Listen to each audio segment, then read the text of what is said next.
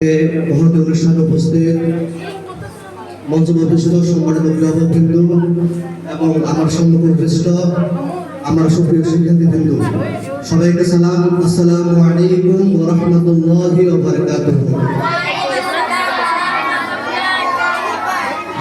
আমরা সর্বপ্রথম ওই মহান আল্লাহ জাল্লা তাবারক ওয়া তাআলা আলিশান শাহীন দরিয়ান দরবারে লক্ষ কোটি সুজুদ শুকরিয়া জ্ঞাপন করছি যে মহান আল্লাহ সুবহানাহু ওয়া তাআলা আজকে আমাদেরকে এই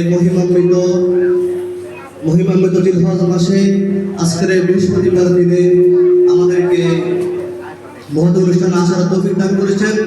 এজন্য আমরা সকলে বলি আলহামদুলিল্লাহ।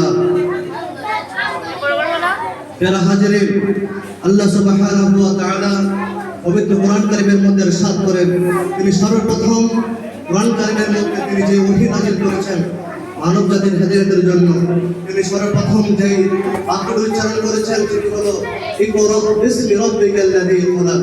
ইকরা, পড়ো। অতএব এই পৃথিবীর মধ্যে আল্লাহ রাব্বুল আলামিন তার সমস্ত সৃষ্টির মধ্যে, গোটা আলমের মধ্যে, গোটা জগতের মধ্যে তিনি যত সৃষ্টি সৃজন করেছেন তার মধ্যে মানুষকে মাথার জ্ঞান দান করেছেন। আল্লাহ আমাদের জন্য মানুষকে বলেছেন ইকরা, তোমরা পড়ো, শিখো। আল্লাহ রাব্বুল আলামিন তার হাবিবকে বলেছেন ওয়া ইউআল্লিমুহুমুল কিতাবা ওয়াল হিকমা। হে রাসূল, আমি আপনাকে এই গোটা মানব মণ্ডলীর মাঝে, গোটা পৃথিবীর মানুষের মাঝে এমনি এমনি প্রেরণ করে নাই।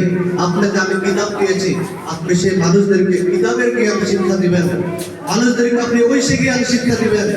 আর আজকে আমরা এই পৃথিবীর মধ্যে অসংখ্য জ্ঞানের কেন্দ্রবিন্দু রয়েছে, অসংখ্য জ্ঞানের জ্ঞান সংস্থার স্থান রয়েছে। তার মধ্যে আল্লাহ রাব্বুল আলামিন এই পৃথিবীর মধ্যে সেই কারণে ওমা খালাকতুল জিন্না ওয়াল ইনসা ইল্লা লিয়াবুদুন, যে উদ্দেশ্যে তিনি মানুষ তৈরি করেছেন সেই উদ্দেশ্যকে হাসিল করার জন্য যে জ্ঞানের প্রয়োজন, ওয়া ইউআল্লিমুহুমুল কিতাবা ওয়াল হিকমা, কিতাবের জ্ঞান, হিকমত শিক্ষা দিবেন, সেই জন্য রাসূলকে প্রেরণ করেছেন। আর আমাদের এই মাদ্রাসার মধ্যে, আমাদের এই শিক্ষা প্রতিষ্ঠানের মধ্যে সেই জ্ঞান শিক্ষা দেওয়া হয়। সকলে বলে আলহামদুলিল্লাহ। সেই জ্ঞান শিখানোর জন্য আল্লাহ রাব্বুল আলামিন তার হাবিবকে প্রেরণ করেছেন, কিতাব প্রেরণ করেছেন, মানুষকে সঠিক পথ প্রণয়ন করার জন্য, সঠিক পথ দেখানোর জন্য। সেই পথ দেখানোর জন্য সেই কিতাবের জ্ঞান কোথায় শিক্ষা দেওয়া হয়? আমাদের এই মাদ্রাসার মধ্যে, আমাদের প্রতিষ্ঠানের মধ্যে। অতএব পৃথিবীর মধ্যে অনেক জ্ঞান শিখা যায়, কিন্তু এই সকল জ্ঞানে মানুষের মুক্তি মেলে না।